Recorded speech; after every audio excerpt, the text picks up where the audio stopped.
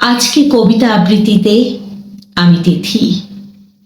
কবিতা আবৃত্তি করছি কবি জীবনানন্দ দাশের জনপ্রিয় কবিতা আমি যদি হতাম।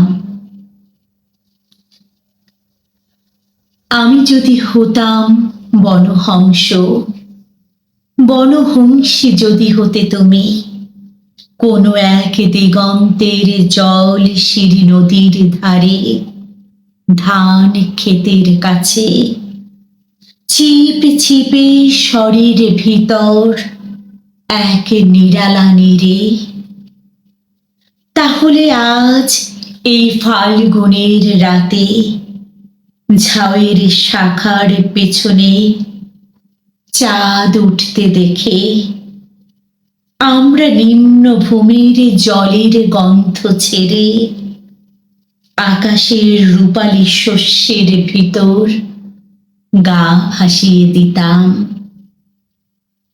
তোমার পাখনায় আমার পালক, আমার পাখায় তোমার রক্তের স্পন্দন।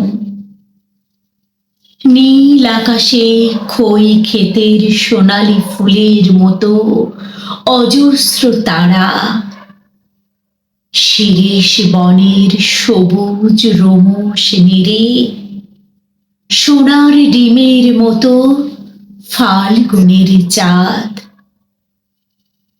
হয়তো গুলির শব্দ, আমাদের তীর্যক গতিস্রোত, আমাদের পাখায় পিস্টনের উল্লাস, আমাদের কণ্ঠে উত্তর হাওয়ার গান।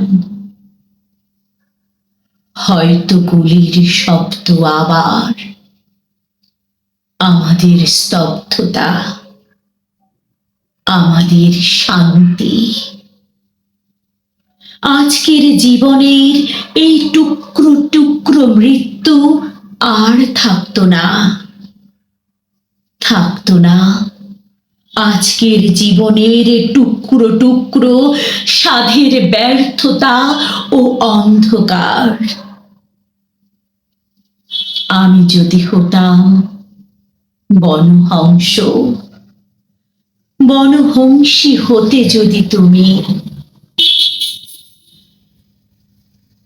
আমি যদি হতাম আমি যদি বনহংস হতাম, বনহংসী হতে যদি তুমি, কোনো এক দিগন্তের জল শিরি নদীর ধারে, ধান ক্ষেতের কাছে। সকলকে ধন্যবাদ এতক্ষণ আমার কবিতা শোনার জন্য। কবিতা অনেক ভুল ত্রুটি থাকতে পারে, অবশ্যই মার্জনা করবেন। আর ঢাকা শহরে বসে, বাংলাদেশের ঢাকা শহরে বসে যেহেতু আমি কবিতা আবৃত্তি করছি, রাতে দিনে থাকে গাড়ি ঘোড়ার শব্দ এবং রাতে তো কুকুরের আওয়াজ নিশ্চয়ই আপনারা শুনছেন, গাড়ি দু একটা শব্দ এবং কুকুরের আওয়াজ অবশ্যই আপনারা মার্জনা চোখে দেখবেন। আমার তো কিছু করার নেই, কবিতা ভালোবেসে করি। যা হোক, আজকে এই পর্যন্ত। সকলে ভালো থাকবেন, সুস্থ থাকবেন, নিরাপদে থাকবেন। বাই।